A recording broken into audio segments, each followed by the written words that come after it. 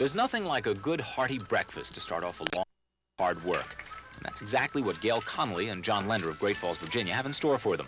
Until 3 years ago, Gail, a college graduate in sociology, and John, who majored in business, operated a thriving, if unexciting, office janitorial service. But they gave it up and started a new venture, literally from scratch.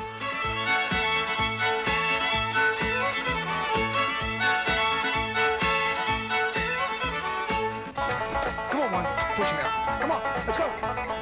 John and Gail are now the proud proprietors of the Sunrise Egg Farm in Loudon County. Yeah, you get 4 and 3, I get 2 and 1. Around here, there's no question as to which came first, the chicken or the egg. 50,000 hungry cluckers rule the roost, and the first order of the day is food.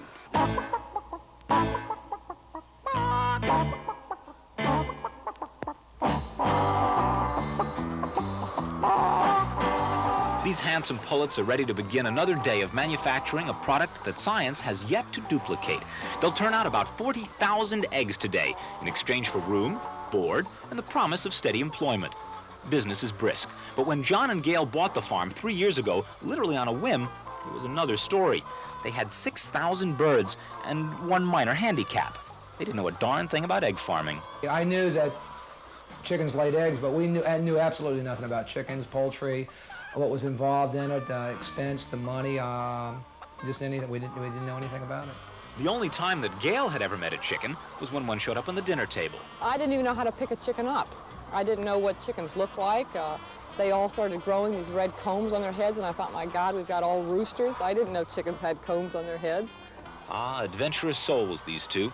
Today, watching them go about the daily routine of spot-checking their brood, it's hard to believe that not long ago, even the basics of chicken anatomy were a mystery.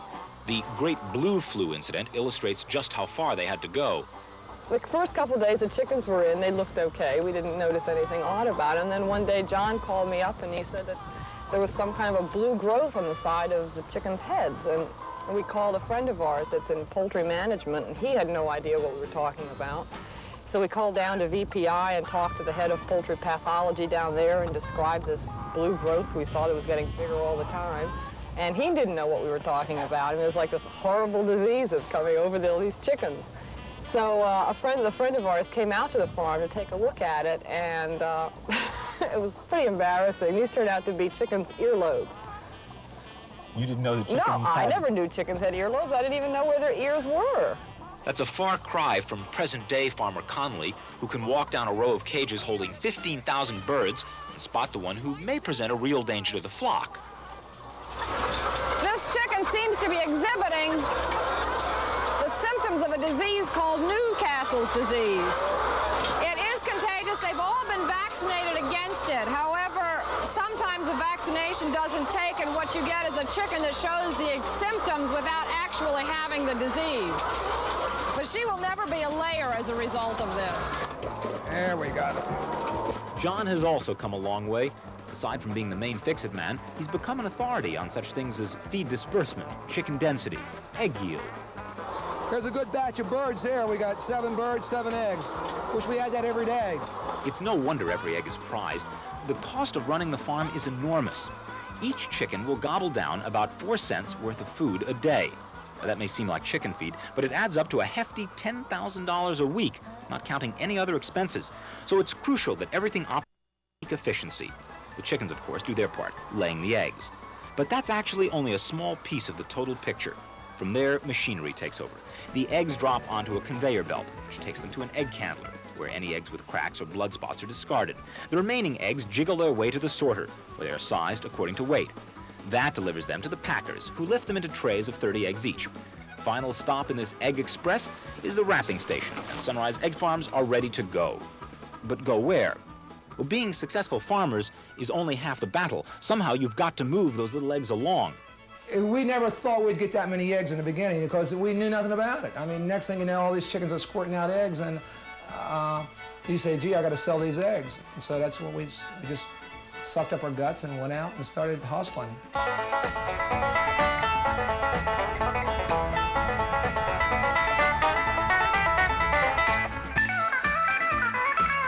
Gail and John decided to skip the middleman, skip the supermarket, and go directly to the consumer. Sunrise Farm set up shop in front of the Department of Transportation at 7th and D Streets Southwest. 2 extra large. I heard you say 2 for $5. 2 for $4.50. The first time we went downtown, we had 4 cases of eggs, which is 25 dozen in each case, in the back of our pickup truck, and we sold 1 case. Came back, I think we had like $20. And we were ecstatic. 2 brown extra 2 large. brown extra large, $4.50. Boy, they're going well today, aren't they? The ecstasy has grown considerably. Where people initially felt a bit sheepish about taking a tray of eggs back to the office, well, now it's the thing to do. And Gail brings home close to $4,000 a day.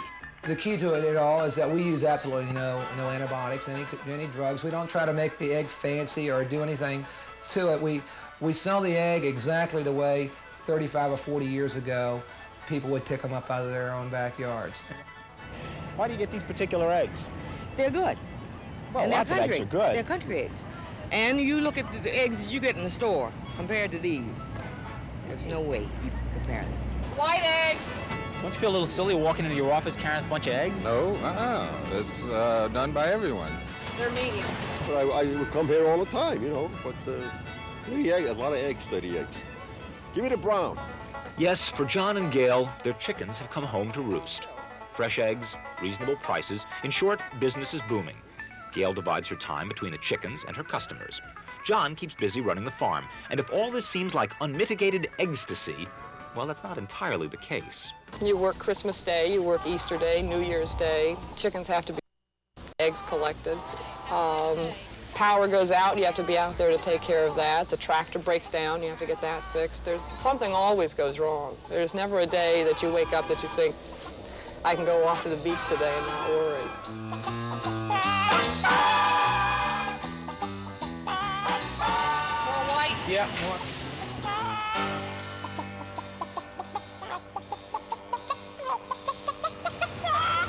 You catch a jumbo. You do.